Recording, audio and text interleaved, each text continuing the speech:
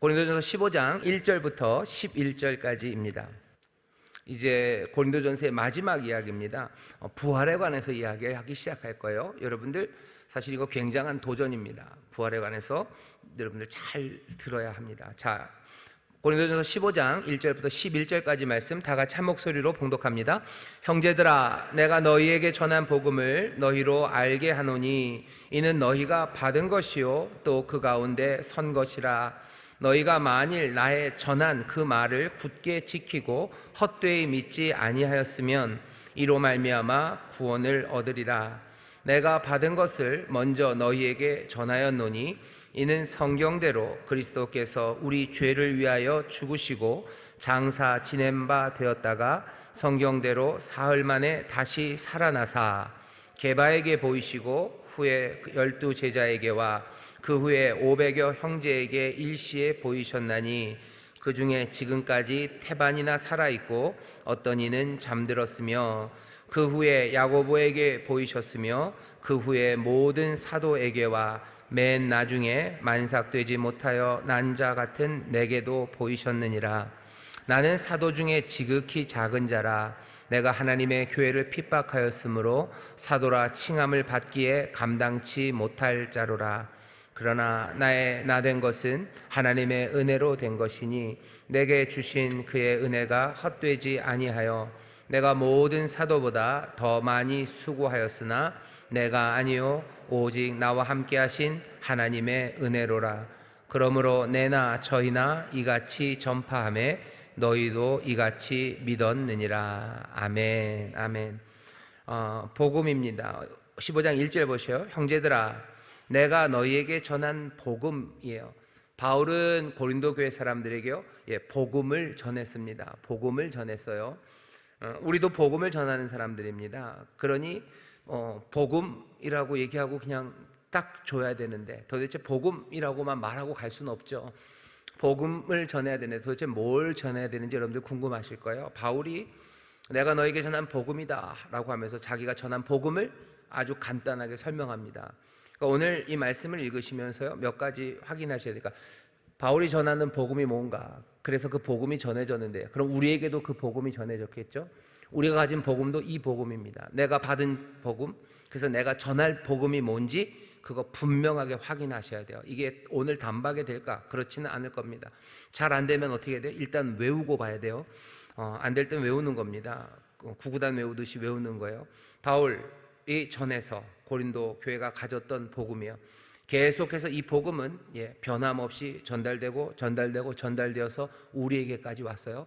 우리가 받은 복음이 있어요. 그리고 이 받은 복음을 우리도 전할 겁니다. 이게 중간에 변질되면 안 돼요. 그대로 전할 거예요.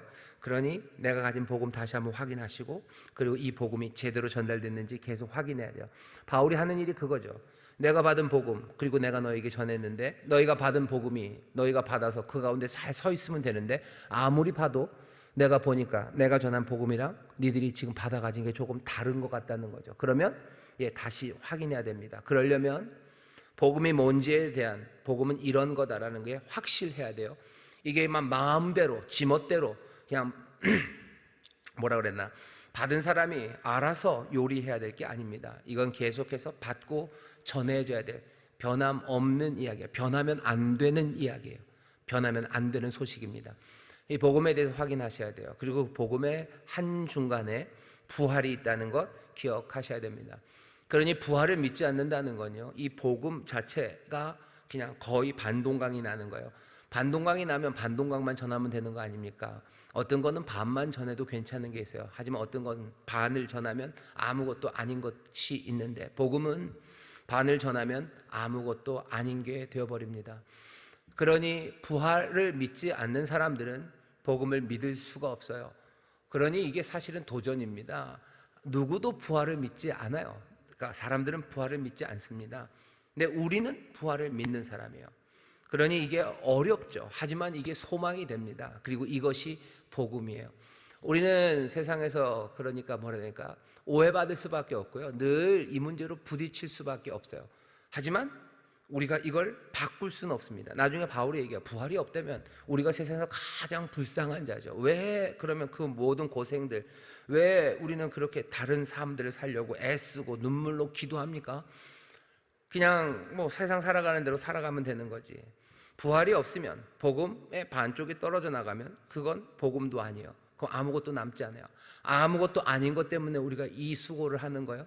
여러분, 아무것도 아닌 것 때문에 이 좋은 날에, 이 좋은 봄날에 여기 이러고 앉아 계셔? 이거보다는 딴 거 할 게 훨씬 더 많죠. 집에서 청소할 수 있는 성실한 일들도 있고, 그리고 아니면 홈쇼핑 보면 재밌잖아요. 그죠? 그런 거 보고 있어도 되고, 아니면 또 토끼 눈을 붙이러 가셔도 되고, 여러 가지 하실 일 많은데 여기 왜 와서 막 되도 않는 일 같은 거 붙잡고 그렇게 애들을 씁니까? 부활이 없는데, 복음이 이게 복된 소식이 아닌데. 그럴 수 없어요. 복음 확인하시고요. 그리고 부활에 대해서 여러분들 다시 생각하셔야 돼요. 부활, 그건 안 믿어도 된다. 그건 그냥 빠져도 우리가 믿음 생활할 수 있다. 부활 안 믿어도 교회 올 수 있는 거 아니냐? 부활 안 믿어도 찬송할 수 있고 그런 거 아니냐? 아니요, 그렇지 않습니다. 만약에 부활이 없다면 저도 여러분들에게 여기 오라고 하지도 않을 거예요. 저도 마찬가지예요. 저도 여기 안 있습니다. 저도 할 거 많은 사람이에요. 놀고 싶고요. 까짓 거 근데 복음 분명하게 확인하시고 부활에 대해서 여러분들 깊이 생각해 주셔요. 그게 우리의 삶의 방향, 그리고 믿음을 얼마나 굳건하게 하고, 그리고 세상이 감히 꿈꿀 수 없는 것들을 꿈꾸게 하는 그런 부활입니다. 복음 분명히 확인하시고 앞으로 몇 주 동안에, 그리고 부활이라는 것의 능력, 그리고 그 가능성, 그것들을 여러분들이 펼쳐보기 시작하시면 됩니다. 그리고 이 복음과 부활을 우리에게 가져다 주신 오늘 본문에는 은혜예요. 이 안에 나를 주신 것, 나를 이 복음과 이 부활의 놀라운 복음 앞으로 나를 부르신 것, 그것은 은혜죠. 그 은혜가 삶을 새롭게 살아가게 합니다. 자, 보시죠. 회화 행복 교재 펴주시고요. 첫 번째 단락 우리 함께 같이 읽겠습니다. 시작. 본문에 바울이 새롭게 다룬 주제는 부활입니다. 고린도 교회의 순자들의 부활을 부인하는 사람들이 있다는 것을 알게 되었기 때문입니다. 또한 바울이 마지막에 부활에 관한 이야기를 다룬 것은 앞서 있었던 여러 가지 문제들에 대한 종합적인 답이기 때문입니다. 부활의 교리는 복음의 핵심입니다.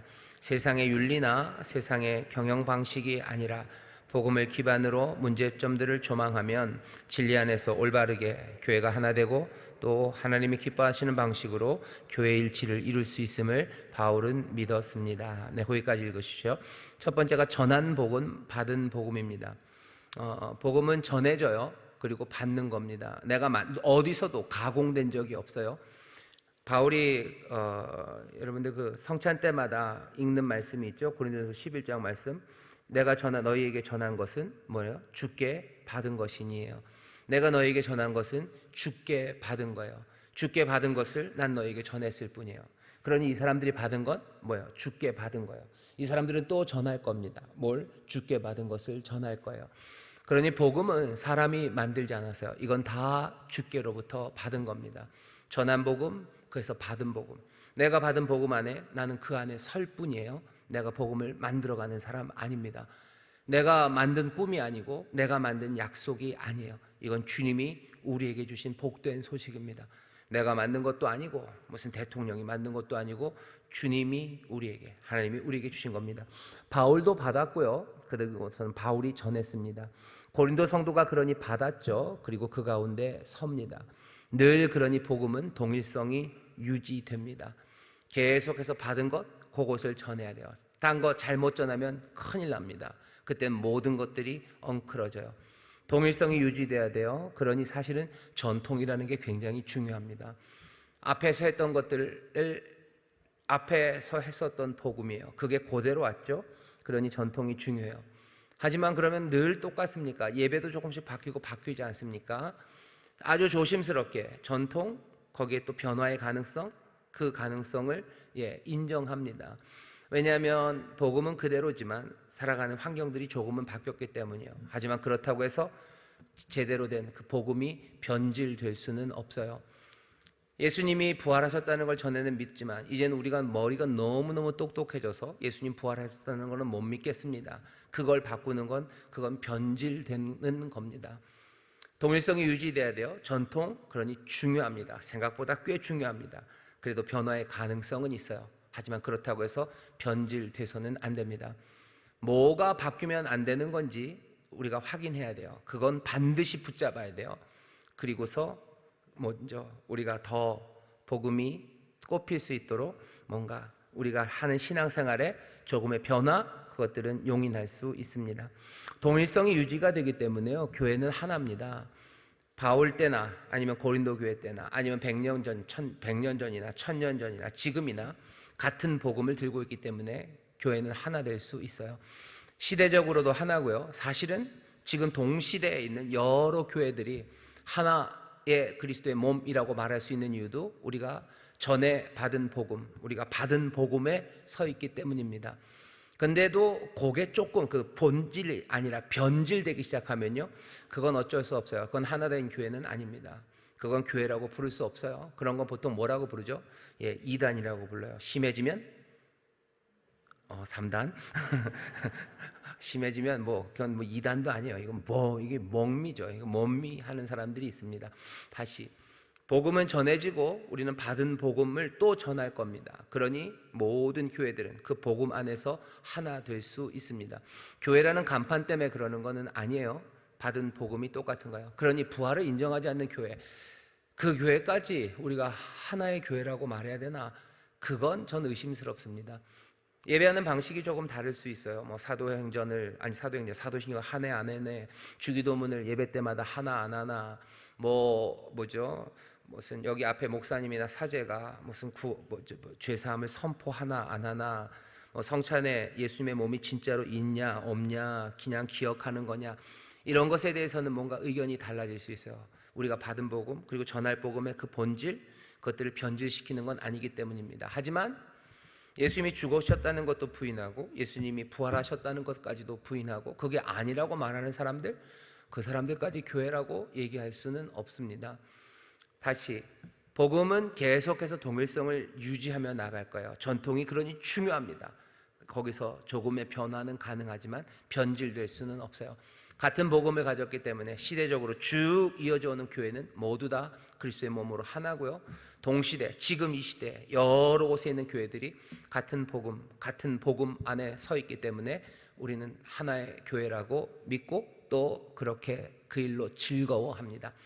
자, 복음은 그렇게 뭔가 굉장히 중요한 것으로 전해지는 거라는 거 기억해 주시고, 복음의 내용이 뭐냐는 겁니다. 그 다음 단락 같이 읽겠습니다. 시작. 바울은 부활을 부인하는 고린도 교인들에게 자신이 가르쳤던 받은 복음을 상기시키며 설명합니다.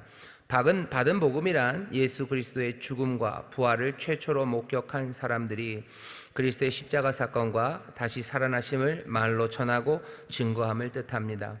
이 복음의 내용은 단순하고 분명하지만 구원을 얻기에 충분합니다. 성경대로 그리스도께서 죽으시고 부활하셨다는 것이 복음입니다. 십자가의 죽으심과 부활이 복음입니다. 이 받은 복음은 구약 성경에 예언된 메시아의 구속사가 완전히 성취되셨음의 내용을 믿고 받아들이는 것입니다. 이것이 바로 성경대로 이루어진 부활입니다. 이 진리의 복음을 굳게 붙들지 않으면 우리는 나약해지고 흔들릴 수밖에 없습니다. 계속 읽겠습니다. 성경에 말씀하신 대로 예수 그리스도께서 우리 죄를 위하여 죽으시고 장사 지낸 바 되었다가 우리를 위하여 사흘 만에 일어나셨으니 우리도 몸으로 일어날 것이라는 놀라운 약속과 소망이 복음의 핵심이며 부활의 가장 큰 의미입니다. 아멘. 복음의 내용 여러분들 여기 보시면요, 오늘 본문에 보시면 15장에 바울이 그렇게 얘기합니다. 내가 받은 것을 3절입니다. 너에게 전하였으니, 전한 내용을 그냥 바로 설명하죠. 3절서부터 이는 어떤 거요? 그냥 따옴표 하셔도 돼요. 성경대로 그리스도께서 우리를 위하여 죽으시고 장사 지낸 바 되었다가 성경대로 사흘 만에 다시 살아나셨다. 거기까지입니다. 3절서부터 5절까지예요. 그게 복음의 내용이에요. 이 죽으심과 그리고 부활하심에 증인들이 있다는 거죠. 베드로가 그랬고 12제자 그랬고 500명이 보았고 예수님의 형제 야고보가 보았고 그 후에 정말로 못나고 못난 나 바울 같은 나에게도 그것을 보이셨다는 게 지금 이 내용입니다. 자, 복음의 내용은 아주 간단해요. 성경대로 죽으셨어요. 그리고 성경대로 일어나셨습니다. 바울이 아주 간단하게 얘기하면 그렇게만 해요. 성경대로 죽으셨어요. 그리고 성경대로 일어나셨어요. 성경대로라는 이야기는 그냥 두 가지 의미입니다. 하나는 말씀하신 대로죠. 예언하신 대로 죽으신다고 그러시더니 죽으셨고 살아나신다고 하니 살아나셨어요. 그러니까 성경대로 됐죠. 그건 신실하심에 관한 이야기입니다. 하나님이 신실하시죠. 말씀하신 대로 이루셔요. 그리고 또 일어나셨다는 데서 보여지는 건 능력입니다. 신실하신 그 능력으로 이 일을 하셨어요. 그게 첫 번째 의미예요. 두 번째, 성경대로 했다는 건요, 그 죽으심과 그 부활하심, 다시 일어나심에 대해서 그 의미가 뭔지 성경이 설명하고 있습니다. 왜 죽으셨는지 얘기하셔요. 대속물로 죽으신 거예요. 왜 대속물이 필요한데요? 우리가 죄로 인하여 죽을 수밖에 없는, 어쩌면 신약식으로 말하면 푸시케의 삶, 그거밖에 가질 수 없는, 어쩌면 연약하고 비련한 존재들이 더 암울한 삶을 살아가고 있는 우리를 긍휼히 여기시는 그 자비하심으로 우리를 위해서 대신 죽으신 거예요. 성경대로 죽으셨다라는 건 그 의미입니다. 다시 성경대로 죽으셨다는 거, 말씀하신 대로 죽으셨어요. 그러니 신실하게 말씀을 이루셨죠. 그러니 신실하셔요. 신뢰할 만합니다. 죽으시고 일어나셔, 능력 있으셔요. 성경대로 죽으시고 일어나셨다. 신실하신 능력의 하나님, 능력의 주님이셔요. 그 다음에 뭐라고요? 성경대로라는 게 말하는 거, 성경이 그 의미를 설명하고 있다는 겁니다. 성경의 의미대로 죽으신 거고요, 성경의 의미대로 일어나신 거예요. 거기에 다른 이야기 붙이지 말라는 거예요. 성경대로 부활은 무슨 무슨 의미다. 아니, 그거 말고 성경이 말하는 성경대로 일어나셨어요. 그리고 성경대로 죽으셨어요. 그 죽으심이 그냥 억울한 죽음이다. 팔레스타인에 있었던 그 의로웠던 30대는 그 시대에 죽을 수밖에 없었다. 그런 의미대로 죽은 것 아니고, 그냥 많은 사람들에게 본인이 소크라테스처럼 무슨 세상의 권위를 인정하면서 죽으셨다. 아니, 그렇게 죽은 것 아니고 성경대로 죽으셨다는 이야기예요. 성경대로 죽으셨어요. 죄의 결과는 사망이에요. 대신해서 죽음으로써 그 죽을 사람들을 살리시려는, 구속하시려는 하나님의 그 선하신 뜻, 이제껏 보여주셨던, 그렇게 하시겠다고 계속해서 암시하시고 그렇게 하셔오셨던 그 하나님의 은혜 안에서요, 이제는 세상의 어떤 것보다도 귀한 생명을 대속물로, 구속의 대가로 내어주셔서 우리를 살리시려, 우리를 위하여 죽으셨다는 게 어떻게 성경대로라는 아주 짧은 말 안에 들어간 겁니다. 예수님이 그냥 죽으신 거 아니에요. 죽은 사람이 얼마나 많습니까? 그 당시에 의로운 사람이 얼마나 많이 죽었습니까? 그냥 그렇게 죽은 것 아니에요. 성경대로 죽으셨어요. 죽었다가 일어난 사람이 있습니다. 가끔들 있으시죠? 관에서 일어나기도 하고, 코로나 때문에 죽은 줄 알고 갔는데 일어나고, 죽었다가 일어나고 깜짝 놀랄 기적이에요. 그냥 그 얘기하는 거 아니에요. 성경대로 일어나시는 거예요. 죽음의 권세 깨뜨리신다고 그러셨어요. 이제 일어나서 이제 왕으로 이 땅을 다스릴 메시아, 기름 부음 받은 자, 세상의 주가 되실 그분으로 일어나신 거지, 그냥 죽었다가 일어났다는 깜짝 놀랄 세상에 이런 일이 그렇게 일어나신 거 아니에요.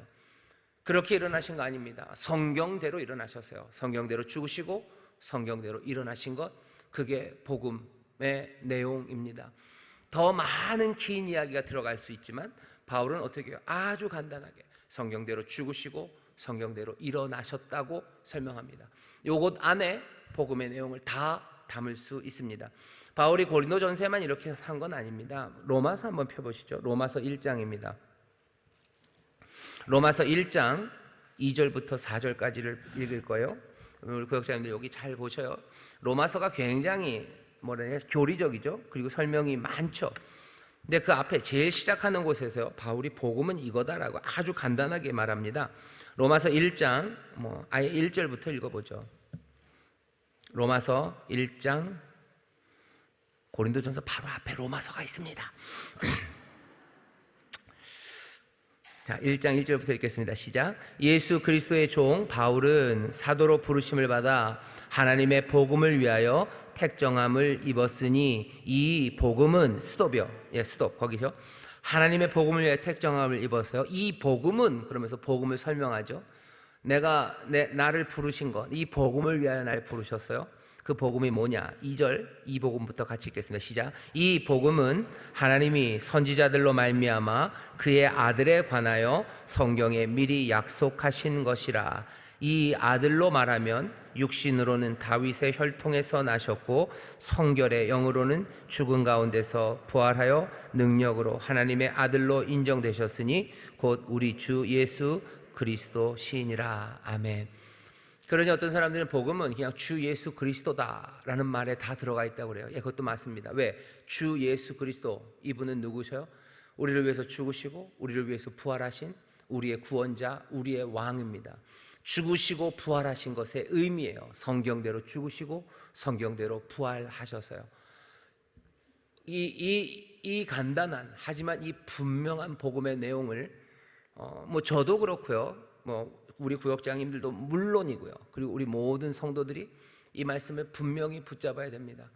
성경대로 죽으시고 성경대로 다시 일어나시고 성경대로 부활하신 주 예수 그리스도, 우리를 위해 십자가에 달려 돌아가시고 이젠 또 우리의 죄를 위하여 우리를 살리시려 우리를 위하여 십자가에 달려 돌아가시고 우리를 위하여 일어나셨어요. 왜 우리를 위하여 일어나셨어요? 일어나셔서 세상을 다스리시고 부활의 그 생명을 우리에게 주시려 일어나신 거예요. 예수님이 죽고 그냥 끝나셔도 별 문제 없습니다. 별 문제 없으셔요.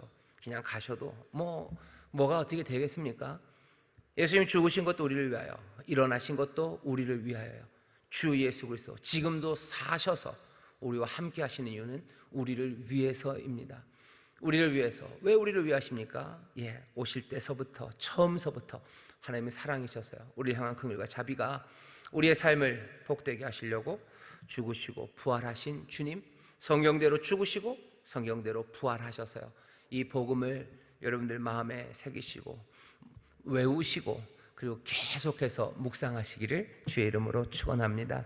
죽으심과 일어나심의 증인들이 있습니다. 그 얘기가 쭉 나왔죠. 아까 게바, 12제자, 야고보, 그리고 500명 사람들이 보았습니다. 죽으심과 일어나심의 증인들. 그러니 이 복음을 이 사람들이 그때부터 어떻게 하는 거예요? 맞아요. 나에게 주신 거 복음 이건 참이에요. 그러니 다음 사람에게 전하고 그 다음 세대는 꼭 그 다음 세대에게 이 복음을 전하는 겁니다. 동일성이에요. 변질되면 안 됩니다. 계속 이 복음 전해지는 거예요. 어떤 사람들은 예수님의 죽으심을 성경대로 죽으셨다고 안 하는 사람이 있어요. 아니요. 성경대로 죽으셨고 성경대로 일어나셨습니다. 이게 우리가 믿는 복음이에요. 예수님의 죽음의 의미에 대해서 사람들이 이러쿵저러쿵 다른 얘기하게 하지 마셔요. 성경대로 죽으셨어요. 예수님의 부활에 대해서 이러쿵저러쿵 아예 부활을 부인하거나 그 의미를 이상하게 말하는 거 거기에 넘어가지 마셔요. 예수님 성경대로 죽으시고 성경대로 일어나셨습니다. 그게 우리가 받은 복음입니다. 부활의 증인되게 하신 은혜를 바울이 얘기하죠. 다음 단락 같이 읽겠습니다. 시작. 이 복음을 온전히 믿을 수 있는 것은 하나님의 은혜, 하나님의 능력임을 우리는 압니다. 복음의 능력은 외적인 것에 있지 않습니다. 마음의 중심을 보시는 하나님께서 예수 그리스도와 우리를 묶으시고 우리를 주의 자녀, 하나님의 백성이라 칭하여 주신 것입니다. 바울은 대적자들의 모욕과 멸시를 아랑곳하지 않았습니다. 그의 마음의 중심에는 예수 그리스도의 값진 복음만이 가득했기 때문입니다. 핍박자였던 자신에게 나타나셔 자신을 사도로 불러주신 은혜에 압도되었습니다. 거기까지요. 부활의 증인되게 하신 은혜예요. 복음을 믿게 되는 은혜를 주신 겁니다. 복음이 전해지는데 모두가 다 믿습니까? 모두가 그 부활을 영접합니까? 그렇지는 않아요. 전해져야 되는 건 그건데 그게 온전히 전해질 때는요 은혜 없이는 받아들이기 어렵습니다. 그러니 사람들은 사실은 이 복음이라는 걸 사람들에게 받아들이게 하려고 아니면 내가 받아들이려고요 이 복음을 변질시키는 거예요. 그래야 받아들여지는 거죠. 사실은 은혜가 이 복음을 믿도록 그 은혜가 우리 가운데 역사해야 되는데 그게 안 되니 복음을 변질시키는 겁니다. 그러니 사람들이 그냥 받아들이기 쉬운 아니면 받아들일 수 있는 방식으로 복음을 바꿔내기 시작하는 거죠. 예수님은 꼭 부활이 중요한 건 아니라고. 그냥 그게 그렇게 중요한 건 아니고 그것 없어도 얼마든지 예수님이라는 좋은 분, 그 좋은 분을 만나고 배워서 네 삶도 달라지고 그리고 세상도 더 좋은 세상이 될 수 있을 거라고 말합니다. 아주 나쁜 사람들은 아니지만 복음 그 면에서는 나쁜 사람들입니다. 복음이 그거는 아니에요. 복음은 받은 복음을 전할 뿐이지 그걸 바꿀 건 아니에요.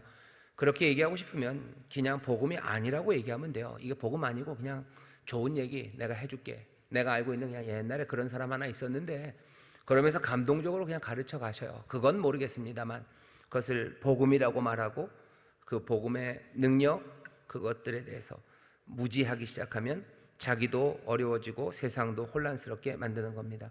복음을 믿게 되는 건 은혜예요. 그걸 보이시죠? 그리고 받게 하시죠. 부활하신 주님을 보게 하신 이가 있어 은혜죠. 그리고 또 그것을 받게 하시니 우리들도 마찬가지입니다. 우리도 은혜입니다. 바울만 은혜 받은 사람은 아니에요. 고린도 교회 사람들 예수님 부활하신 거 보지 못해서 눈으로 보지 못했죠. 여기 있는 이 사람들처럼 보지는 못했죠.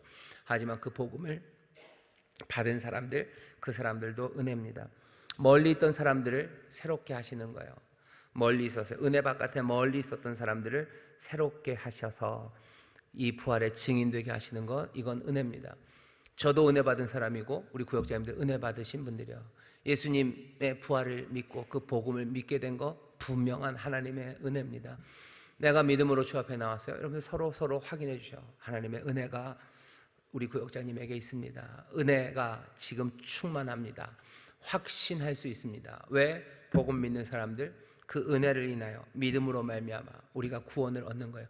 하나님의 은혜가 그 부활의 주님을 보게 하시고 그 주님을 영접하게 하시는 그 귀하신 은혜가 우리 가운데 지금 부어져 있고 우리가 그 은혜 안에 살아가는 줄 믿습니다. 옆에 있는 구역자님에게 얘기하셔. 은혜가 우리와 함께합니다. 은혜가 우리와 함께합니다. 아멘, 아멘. 그렇죠. 그래서 그런 찬양 많죠. 내가 살아가는 모든 순간이 은혜였어. 예, 은혜였어 라고 찬송하게 되는 거, 부활의 증인, 복음 믿는 거 은혜입니다. 자, 마지막 단락 같이 읽겠습니다. 시작.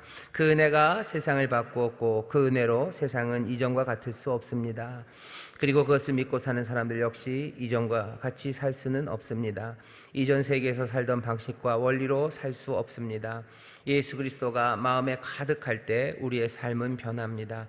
순전한 은혜를 경험하고 체험한 사람들은 바울처럼 사명을 경박하게 다루지 않습니다. 전적으로 헌신하는 능력이 임합니다. 왜입니까? 하나님의 은혜가 강력한 일편단심의 능력을 주셔서 결핍과 결여가 없는 삶이 되게 하시기 때문입니다. 그 은혜로 우리는 두려움 없이 세상에 외치고 나아갈 수 있습니다. 그 믿음으로 주의 백성들이 세상을 바꿀 힘이 생깁니다. 죽은 자의 몸을 일으키시는 하나님께서 믿음의 사람들을 통해 일하실 것을 믿고 소망합시다. 아멘.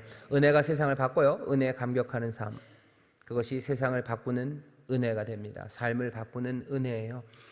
복음이 우리 가운데 왔을 때요, 성경대로 죽으시고 성경대로 일어나신 주님이 우리에게 보여주는 건 은혜죠. 그리고 우리가 그것을 믿는다는 건 그 은혜가 지금 내 삶에 그리고 나에게 여기 임했다는 게 확인되는 자리입니다. 성경대로 죽으심, 그 은혜로 그렇게 하신 거죠. 은혜와 사랑이에요. 성경대로 일어나신 것, 부활하신 것, 그래서 다스리시고 세상을 새롭게 하시는 것, 그거 하나님의 귀한 은혜입니다. 그게 나와 상관없이 그냥 성경대로 죽으시고 성경대로 살아나셨다 해도 그건 은혜인데, 내가 그것을 믿게 하시고 그것을 나에게 가져다 주신 거예요. 내게 오신 거예요. 그러니 은혜는 그 성경대로 죽으시고 성경대로 사신 그 거대한 은혜는요, 믿는 나, 지금 나에게 와 있는 겁니다. 은혜가 내 안에서 역사하는 거예요. 그러니까 세상에 가장 위대한 일을 이루신 그 놀라우신 은혜가 어디 멀리 있는 게 아니라 나에게 임하셔서요, 내 삶을 그 은혜 안으로 그냥 빨아들이시는 거예요. 확 가져가시는 거고, 그리고 그 은혜가 내 삶 안으로 훅 들어오는 겁니다. 그러니 내가 주 안에, 주는 내 안에, 내가 은혜 안에, 그리고 은혜가 내 안에 지금 역사하는 사람들, 그 사람들이 우리들의 삶입니다. 그러니 하나님의 영광이 하늘에서 찬란하고요, 그리고 하나님의 영광이 우리 가운데 또 찬란하고 아름답게 비춰지는 거예요.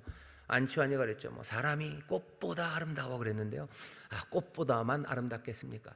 예수 믿는 사람, 복음의 사람, 은혜가 가득한 사람들, 하나님의 영광, 그리스도의 영광, 그 영화로움으로 채우십니다. 여러분들의 삶을 뭐랄까 비하하지 마셔요. 비하하지 마셔. 여러분들이 주와 함께 흰 옷 입고요, 영광의 광채로 가득할 사람들입니다. 내 삶에 영광이 가득할 걸 기대하셔요. 내 자녀들이 이러면 너무 교만한 거야. 내 자녀들이 내 삶을 보면서 눈부셔 할 거예요. 내 친구들이 내 삶을 보며 하나님을 찬송하게 될 겁니다. 우리를 그렇게 만들어 가시려고 우리를 부르시고 날마다 은혜로 채우시고 우리를 인도해 가시는 거예요. 그러니 주 안에 소망이 있는 겁니다. 그러니 주 안에서 우리가 다른 꿈들을 꾸기 시작하는 거예요. 여러분들, 아이고 무슨 광채가 납니까? 광채 안 납니다. 아니요, 광채 납니다. 그러니까 광채 안 납니다. 그딴 소리 하지 마셔요. 그죠? 그딴 소리 하지 마셔요. 복음 안에서 서로 격려하셔요. 안 나면 소망으로 말하시고 같이 기도해 주시고, 그리고 그 안에 있는 좋은 것들, 선한 역사들, 그것들 서로 격려해 주십시오. 그게 하나님 안에서 살아가는 거예요.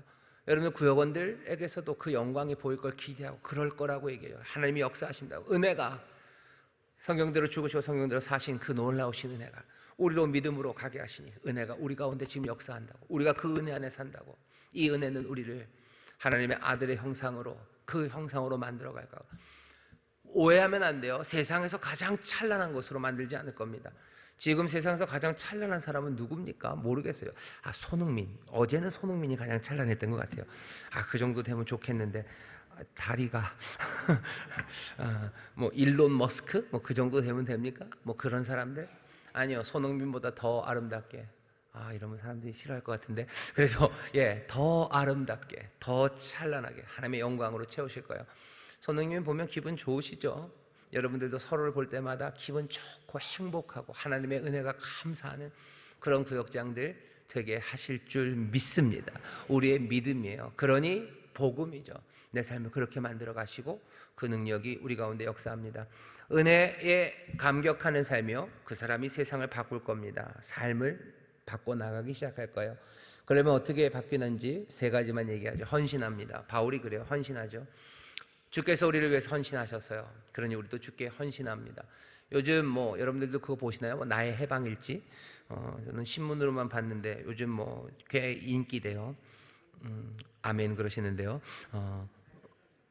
거기 보면 추앙한다는 말이 나온다 그러죠. 추앙한다고. 구시 아저씨 나를 추앙하라고. 헌신의 삶입니다. 우리를 위해서 헌신하신 은혜에 나도 헌신하기 시작해요. 부활, 그것들을 믿는 사람들 두려움 없습니다. 그리고 바로 거기 헌신과 두려움 없는 삶에 힘이 있어요. 그 삶이 힘이 있습니다. 멈추지 않아요. 두려움 없이 계속해서 헌신하며 나갑니다. 바울이 그렇게 살았다 그러죠. 내가 그랬다고 해서 잘난 건 아니에요. 난 가장 연약한 자, 가장 부족한 사람. 하지만 내가 헌신하고 두려움 없고 힘 있게 이 일을 할 거예요. 결국은 그래서 전해지는 건 뭡니까? 전해지는 건 복음이에요. 이 복음이 전해지면 또 다음에 그 사람들도 이 세상을 바꾸는 은혜, 삶을 바꾸는 은혜 안에서 두려움 없이 헌신하며 힘있게 하나님의 영광을 누리며 살아가게 될 거라고 바울은 우리에게 주신 그 복음 그리고 부활의 소망을 그렇게 노래합니다. 자, 한 걸음 내딛기 같이 읽어보실까요? 시작. 죽으시고 부활하심이라는 단순한 사건이 복음이라는 것을 설명할 수 있습니까? 십자가의 도를 믿는다는 것의 의미를 다른 사람들에게 설명할 준비를 합시다. 아멘. 그 옆에 써놓으세요. 베드로전서 3장 15절입니다. 베드로전서 3장 15절 대답할 것을 예비하라고 하셨어요. 아까 여러분들 제가 설명한 것 기억하셔야 됩니다. 성경대로 죽으시고 성경대로 부활하셨어요. 일어나셨어요. 두 가지이며 신실하게 그 일을 행하셨고 능력으로 행하셨고, 그리고 성경대로라는 것은 그 은혜, 우리를 위한 은혜로 우리를 살리시고 우리를 복되게 하시려고, 죽을 수밖에 없는 우리를, 죄로 죽을 수밖에 없는 우리를 제대로 살리시려고, 그리고 이제 또 하나님의 영광을 위해서 살아가게 하시려고 죽으시고 부활하셨다라는 그 의미를 분명하게 설명할 수 있어야 됩니다.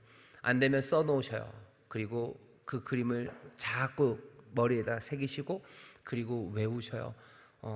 배운다는 거는 세례받기 전에 배우는 거 카테키즘이라고 그러죠. 그건 다른 거 아닙니다. 들려주는 거예요. 들려주는데 어떻게 배웁니까? 자꾸 들려주면 외우는 거예요. 교리 외우는 게 맞습니다. 외우셔요. 죽으시고 부활하셨다. 성경대로 죽으시고 성경대로 부활하셨다. 죄로 인해서 죽을 수밖에 없는 우리를 살리시려고 죽으셨고 이제 또 우리를 그리스도의 영광으로 복된 삶으로 인도하시려고 능력의 주로 이제 일어나셨다고. 그러니 우리는 그 은혜로 새 삶을 살아간다고.